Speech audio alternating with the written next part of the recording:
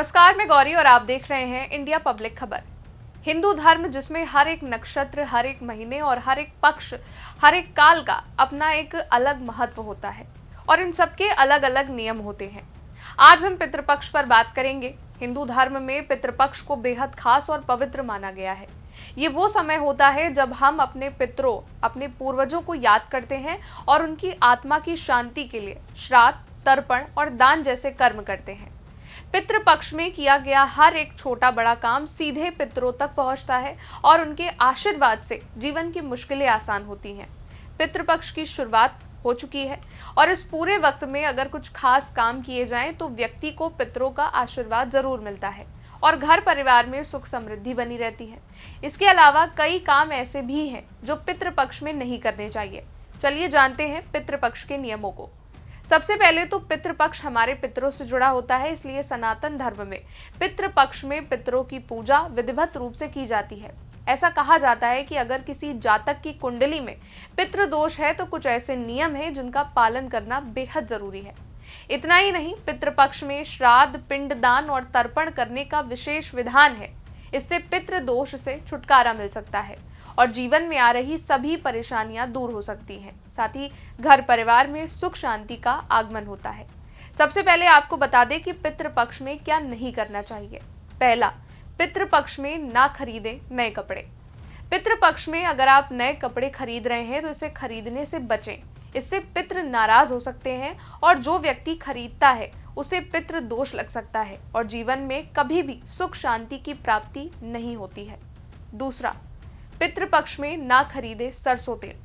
पितृपक्ष में सरसों तेल खरीदने से बचना चाहिए। इससे कुंडली में शनि दोष के साथ साथ पितृ दोष लगता है और व्यक्ति को जीवन में समस्याएं झेलनी पड़ती हैं। तीसरा, पितृपक्ष में ना खरीदे झाड़ू। पितृपक्ष में झाड़ू खरीदने से भी बचना चाहिए। ये सुख शांति का प्रतीक माना जाता है और पितृपक्ष श्राद्ध और पितरों को तर्पण करने के लिए समर्पित है। इससे आपको आर्थिक तंगी का सामना करना पड़ सकता है और मां लक्ष्मी भी नाराज हो सकती हैं। चौथा, पितृपक्ष में ना खरीदे नया वाहन। पितृपक्ष में कोई भी नया वाहन खरीदने से बचना चाहिए। इससे शनि देव का कारक माना जाता है और पितृपक्ष में इसे खरीदने से दुर्घटनाओं का सामना करना पड़ सकता है और इस दौरान पितरों को याद किया जाता है और श्राद्ध किया जाता है। इसे सूतक का ही समय माना जाता है जिसमें कोई भी नई चीज नहीं खरीदनी चाहिए। तो ये वो चीजें थीं जो पितृपक्ष में भूल कर भी नहीं करनी चाहिए। अब वो जानते हैं जो पितृपक्ष में जरूर करना चाहिए। पहला, तर्पण और पिंडदान। पितृपक्ष में सबसे अहम काम श्राद्ध माना जाता है। इसमें पितरों के लिए तर्पण और पिंडदान किया जाता है। कहा जाता है कि जो व्यक्ति श्रद्धा और सच्चे मन से पिंडदान करता है उसके पितृ प्रसन्न होकर परिवार की रक्षा करते हैं। तर्पण के जरिए जल और अन्न पितरों को अर्पित किया जाता है जिससे उनकी आत्मा को शांति मिलती है। दूसरा, दान करना। दान को हमेशा पुण्य का काम माना गया है, लेकिन पितृपक्ष में इसका महत्व और बढ़ जाता है।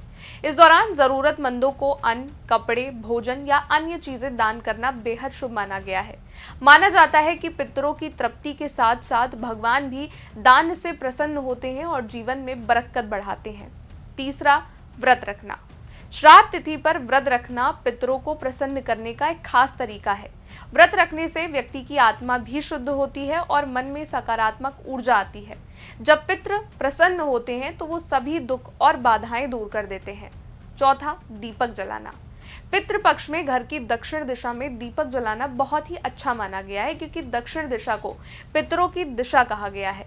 इस दिशा में दीपक जलाने से पितरों की कृपा बनी रहती है और घर में निगेटिविटी खत्म होती है। चाहे तो आप चौमुखी दीपक भी जला सकते हैं।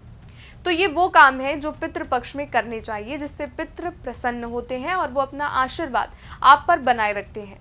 देखा जाए तो हमारे शास्त्रों में, वेदों में इन सभी नियमों का विस्तार बखान किया गया है। इन नियमों के अपने धार्मिक महत्व हैं जिनका पालन लोग करते हैं। पितृपक्ष के नियम इसलिए भी महत्वपूर्ण हो जाते हैं क्योंकि ये हमारे पितरों से जुड़े हैं। इसलिए हिंदू धर्म में इन नियमों के पीछे का धार्मिक महत्व बेहद खास माना गया है। फिलहाल इस पर आपका क्या कहना है, कमेंट करके बताइएगा। वीडियो को लाइक कीजिएगा, शेयर कीजिएगा, चैनल को सब्सक्राइब कीजिएगा। शुक्रिया।